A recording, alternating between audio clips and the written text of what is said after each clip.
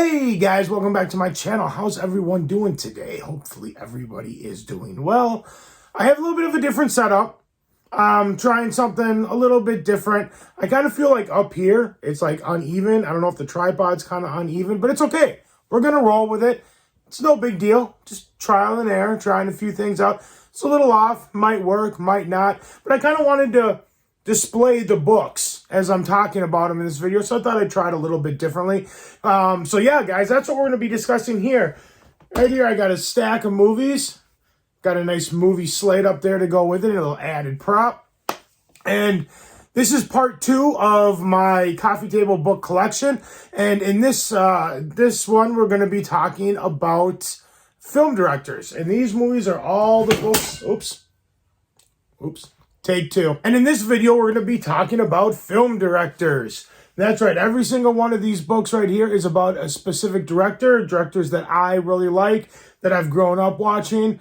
And yeah, so I thought we'd delve into it. And I did not realize that I had this many on film directors. It was a surprise to me. So with that being said, we'll remove the slate here and let's get started. So first up in the collection, we have a book about a very unique filmmaker, very artsy filmmaker, a filmmaker that I've enjoyed for quite some time, pretty much since the beginning of his career.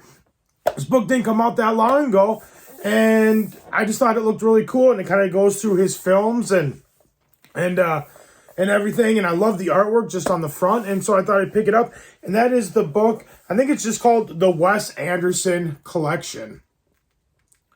As you can see there, very cool artwork. Even the front of the book and the back of the book definitely looks like a Wes Anderson movie.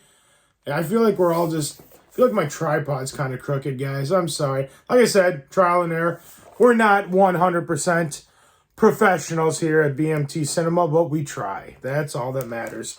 Yeah, and this book is just really cool. It just kind of goes through all of his movies. Looks like it talks about some of his influences. I've only briefly been through this book. Like here, for example, it's Royal Tenenbaums. Yeah, and there's like some word essays on here, and it just kind of goes through. There's some behind the scenes stuff. Very nice paper. Here's more Royal Tenenbaums.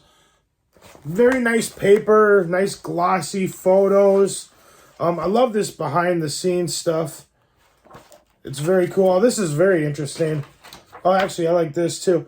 Behind the scenes, I think this is Life Aquatic he's probably shooting.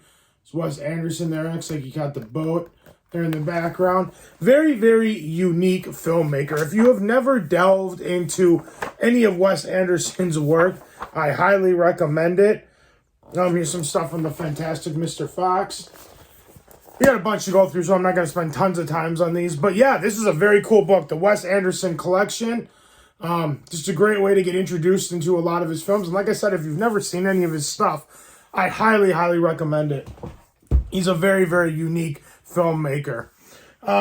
Next up is, this is a director that a lot of people, I believe, I wouldn't say a lot of people don't really know who he is or don't really like him. I think he has a fan base, but I think he's very underrated. I don't think people realize how many films he's done and how good a lot of his films actually are. And this is another one that just kind of just goes through all of his movies. And that is my book on probably one of my I'd probably say top 3 favorite directors of all time. And that is a book about all of the Robert Altman films. And I love in there, it has all of his films in there. And that's what's crazy too, is it doesn't repeat itself. These are all of his movies. And then you go on the back and it's all these other movies. I mean, the guy has created so many movies. The only other person that I know that has created as many movies as Robert Altman, or right up there, is probably Hitchcock. I mean, this guy's filmography is just insane. And every one of his movies are so different. It's crazy. He's been making films forever. He's now since passed on. I believe I want to say he died in I don't even know, 2010 maybe. I could be wrong. Maybe it's 2000. I don't know, 2000 something. It's been quite a while now, mid 2000s. But yeah, the thing that I like about Robert Altman, and one of the things that really got me hooked on him, is he's the king of directing like large casts. A lot of his movies just have huge ensembles, and the way he records his audio is very original, because lots of times you'll hear conversations, like a conversation that's taking place in a restaurant with a huge group of people, but it's focusing completely on like that one conversation. What Robert Altman does is he'll focus on one specific like conversation, but he'll have the audio, he'll have everybody else mic'd up that's around it, so you're still hearing conversations of other people like you would in real life or in a restaurant. I loved how he did that. It brought in that realism into his movies, where it's like you have your focus-based characters talking, but then you hear lots of other people's conversations going on in the background. Yeah, he's the king of like directing large casts, and that's one of the reasons I really like his movies. Yeah, once again, this just goes through all his movies. I'll just show you a few photos here. This is from, I believe, the movie Tanner 88. That was a political movie. Yeah, just all different kinds of movies. This was oh, look at that. That's cool artwork. These pictures were from a movie called Shortcuts, where basically it just told the story of like 23 different characters' lives all throughout California on one specific day. And it's very, very interesting. Very cool stuff. And then the last movie he did was A Prairie Home Companion, about Garrison Keillor. I can't even say his name. Garrison Keillor, I think is how you say it. I'm sorry. I cannot speak today. And A Prairie Home Companion has been very well known throughout Minnesota, which is where I'm from. So yeah, it was nice to see him end his career on something that was familiar to me and something that I grew up with, being from Minnesota. So yes, if you've never seen any Robert Altman movies, definitely look into his filmography. Next book I have here is it's called Clint, A Retrospective. And this is another one too, just talking all about Clint Eastwood's movies. This is another director and actor that I've very much appreciated. There's the back there. Over the years, he's made some movies that are not that good. I mean, he has a few that are not that good, but then he has some that are just so incredibly good, just masterpieces. I mean, probably my favorite film he did, I probably have two. I loved Unforgiven and Play Misty for Me. And I think I liked Play Misty for Me so much because that was the first movie he had ever directed, and I thought it was just so... it was just such a great first outing for him as a director. It was such a great thriller. So if you ever get a chance, check that out. Yeah, here we go. Then we got this also talks about not just his directing career, but just his acting career as well. And you got the Dirty Harry movies there. Once again, these are just great pages in here. The paper's good quality. Mystic River, that's another one. That's absolutely fantastic. Mystic River is so good. But yeah, no, this is a very cool book. Clint Eastwood, or just Clint, A Retrospective. Looks like I only got this for about $13 too. A lot of these Barnes & Noble books, a lot of people don't buy this stuff. So you go to Barnes & Noble, lots of times that stuff's on clearance. It's awesome. This is another book that is, once again, directors that...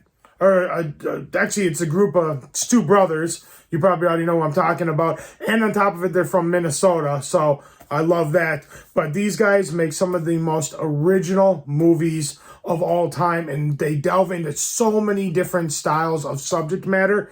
It's just fantastic, and I love this cover too. And that's the Coen Brothers. This book really ties the films together. If anybody's ever seen The Big Lebowski, they all know that it's a reference to The Big Lebowski. And there's the front cover there. And then you got the back, the bowling ball. I mean, these guys are great at doing just excellent dramas. And here, of course, once again, another Big Lebowski tie-in. We got a rug. Like that, too.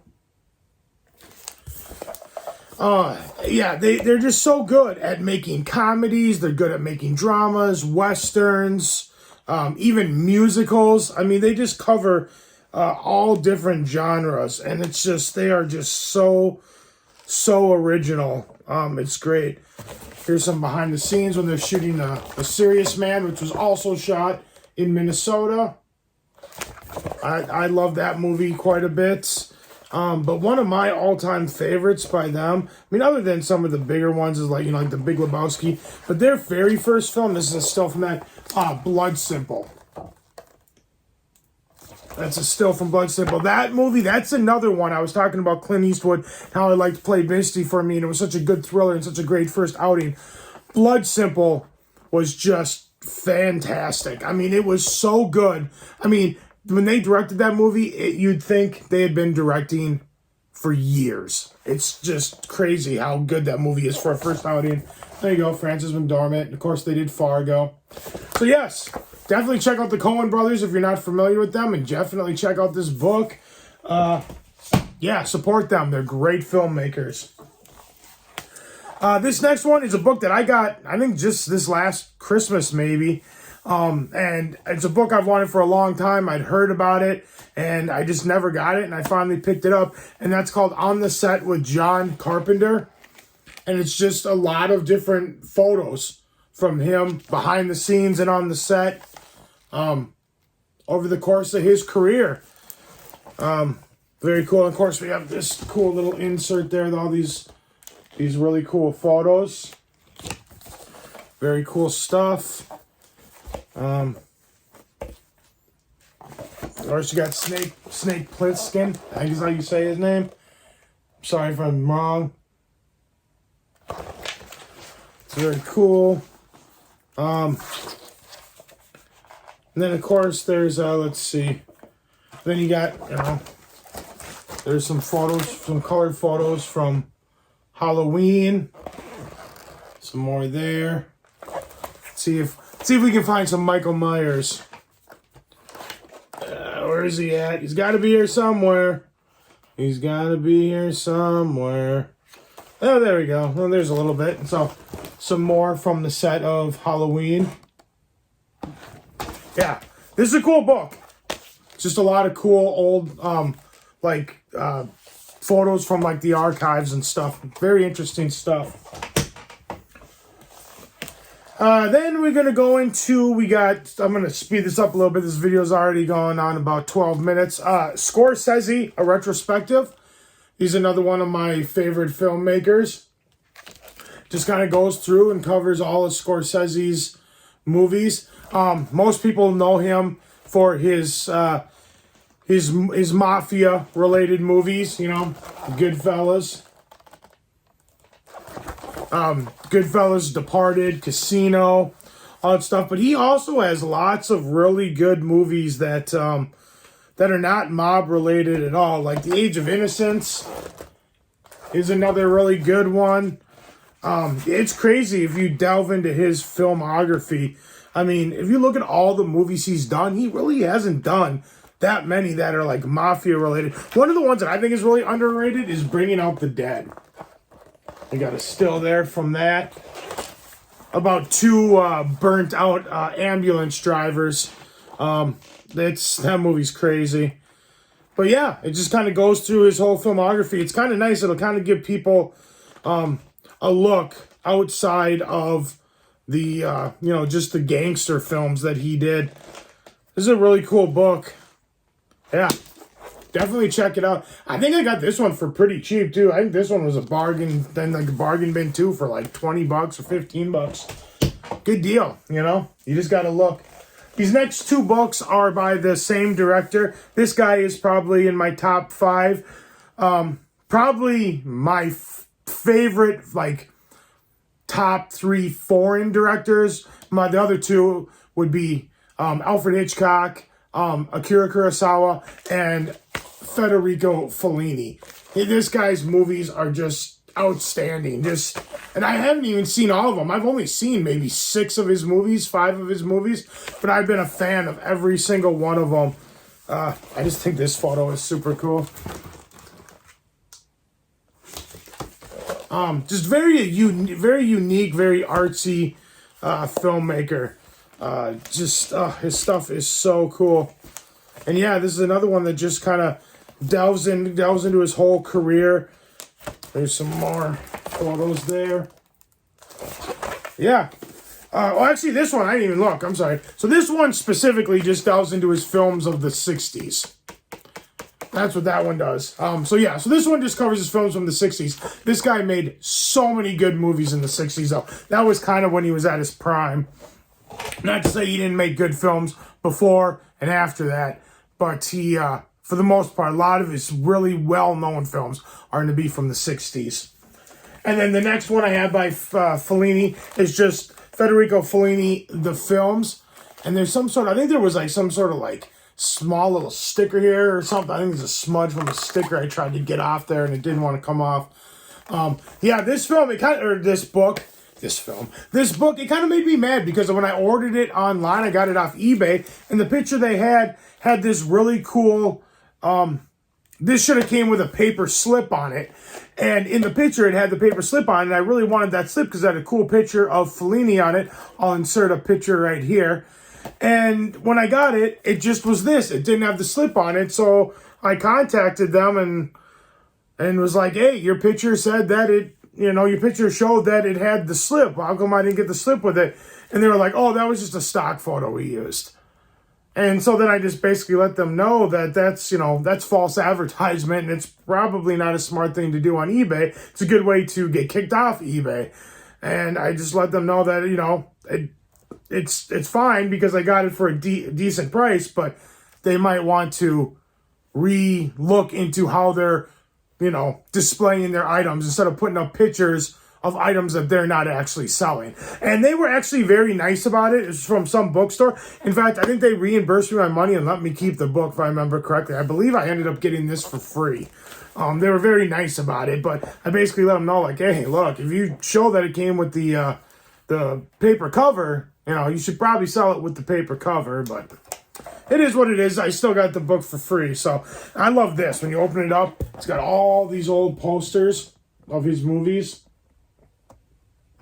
So yeah, that last one just delved into the 60s. This one delves into every one of his movies. This is the back. Also has that there. Yeah, and it just goes in. It just gives you a nice complete look at all of his movies. Once again, some really cool photos. Yeah. If you've never seen anything by Fellini, definitely check out his films. Maybe start with like 8.5, which is probably his most famous. Definitely start with that. Last but certainly not least is probably my favorite director of all time. And this is a book. It comes from the archives, from this director's specific archives. This book is great. I remember I got a great deal on it. This book, I think, was when it first came out. Is there even a price? I want to say it was close to $100 for this.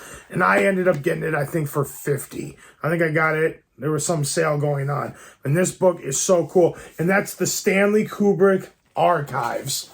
Now, this version of the book, I don't know if they still sell it, but I do know that they sell a smaller, little book, maybe yay big, like a condensed kind of version, kind of maybe like that.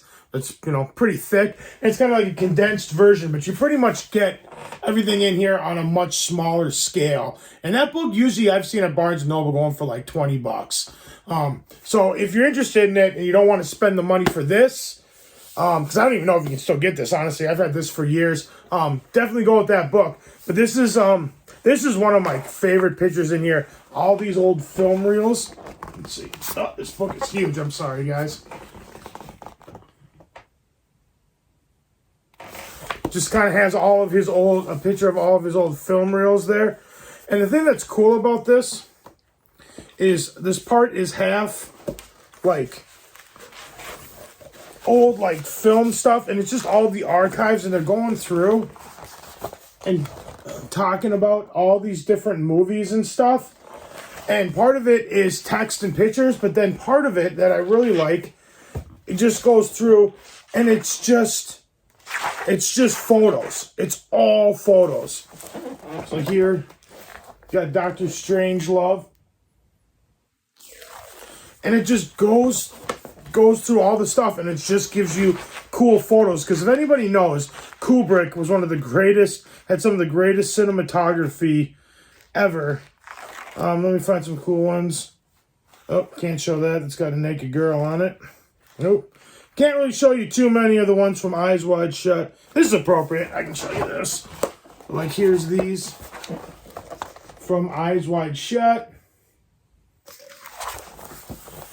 And we'll maybe do, let's do one more. I'll show you like maybe from The Shining or something. Oh, here we go. We'll just do a Clockwork Orange. And then there's like a Clockwork Orange. Yeah, so this book is so cool. Like I said, I love the fact that it has all the, I mean, if you look at it here, the dark part on there, that's all the photos. And the other half is like photos and talking about the films. So it's almost like two books in one. And that is why I really love this book. And like I said, one of my favorite directors of all time. Definitely, if you have never delved into any Stanley Kubrick, definitely do. It's an experience. Try to watch it on the biggest TV possible with the best sound system possible for the best cinematic experience. Yeah, Stanley Kubrick's great. Delve into his stuff, and yeah, it's fantastic. What I'd probably do is start with The Shining. You know, that's one of his not so out there movies. That movie's a little more mainstream. Maybe try that one out, see how it works for you, and if you like it, go from there. Well, guys, as you can see, books are gone. That's all I have for this part 2. I will be probably doing maybe 2 more of these. I have a few more books left I want to go over. But yeah, that's it for today, guys. If you like this video, give it a big thumbs up. Let me know you guys like what I'm doing. Like, share, comment, subscribe, all that fun stuff. And I will see you guys in the next video. Let me know down below. You guys have any of these books? Do you have any other coffee table director books that you recommend? Comments down below. Let's talk about it. Thanks for watching, guys. I'll see you in the next video. Take care. Bye.